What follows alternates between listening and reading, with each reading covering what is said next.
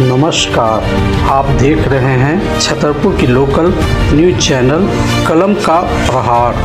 मनमोहक मिठाइयों के रूप में परोसा जा रहा है मीठा जहर, धीरे धीरे कैंसर जैसी गंभीर बीमारियों की ओर धकेले जा रहे हैं लोग। छतरपुर बाजार के अधिकांश होटलों, मिठाई दुकानों और बेकरी प्रतिष्ठानों में आजकल रंग बिरंगी और आकर्षक दिखने वाली मिठाइयों के नाम पर लोगों को कथित तौर पर मीठा जहर परोसा जा रहा है। स्वाद और चमक दमक के पीछे छिपी मिलावट लोगों के स्वास्थ्य पर भारी पड़ रही है। हालत यह है कि सुबह सुबह राष्ट्रीय मिठाई के रूप में पसंद की जाने वाली जलेबी का भी स्वरूप बदल चुका है। स्वाद बढ़ाने और आकर्षक रंग देने के लिए इस्तेमाल किए जा रहे रासायनिक पदार्थ धीरे धीरे लोगों को कैंसर जैसी गंभीर और असाध्य बीमारियों की ओर धकेल रहे हैं। बाजार में बिक रही है रंग बिरंगी डोडा बर्फी, क्रीम से सजी गुलाब जामुन, खीर मोहन और अन्य मिठाइयों को देखकर लोग आकर्षित हो जाते हैं, लेकिन उन्हें यह नहीं पता होता कि इनमें से अधिकांश मिठाइयाँ शुद्ध पनीर और खोआ से नहीं बल्कि कथित रूप से मिलावटी सामग्री डोडा और विभिन्न रासायनिक पदार्थों से तैयार की जा रही है। एक समय था जब छतरपुर शुद्ध पनीर और खोआ के लिए दूर दूर तक प्रसिद्ध था। यहाँ से प्रतिदिन बड़ी मात्रा में पनीर और खोआ बिहार के कई शहरों, गांवों और कस्बों के अलावा उत्तर प्रदेश के वाराणसी समेत अन्य क्षेत्रों में भेजा जाता था। लोग इसकी गुणवत्ता और स्वाद की सराहना करते नहीं थकते थे, लेकिन आज स्थिति पूरी तरह बदल चुकी है। अब तैयार मिठाइयाँ बिहार के डेहरी, औरंगाबाद, सासाराम और अन्य क्षेत्रों से लाकर यहाँ बेची जा रही हैं, जिनमें शुद्धता से अधिक मिलावटी की चर्चा होती है। इस कारोबार से जुड़े कुछ लोगों का कहना है कि मिलावटी मिठाइयों ने स्थानीय स्तर पर बनने वाली पारंपरिक मिठाइयों की जगह लगभग छीन ली है।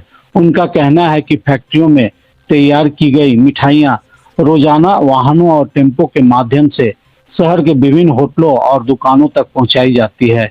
होटल संचालकों को न तो मिठाई बनाने की मेहनत करनी पड़ती है और न ही उत्पादन लागत उठानी पड़ती है। बिक्री के बाद भुगतान करना होता है, जबकि खराब या बची हुई मिठाइयों को फैक्ट्री कर्मी वापस ले जाते हैं।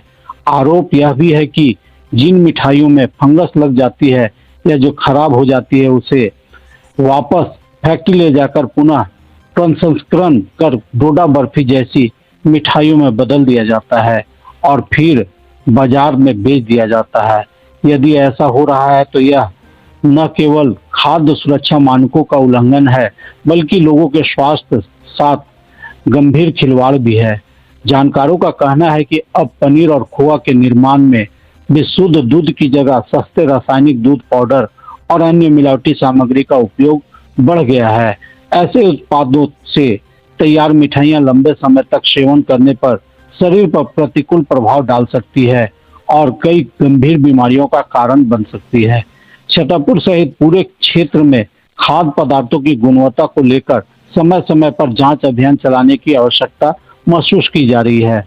लोगों का कहना है कि खाद्य सुरक्षा विभाग को नियमित रूप से मिठाइयों, पनीर, खोआ और अन्य खाद्य पदार्थों के नमूने लेकर जांच करनी चाहिए, ताकि आम उपभोक्ताओं को शुद्ध खाद्य सामग्री उपलब्ध हो सके और मिलावटखोरों पर कठोर कार्रवाई की जा सके।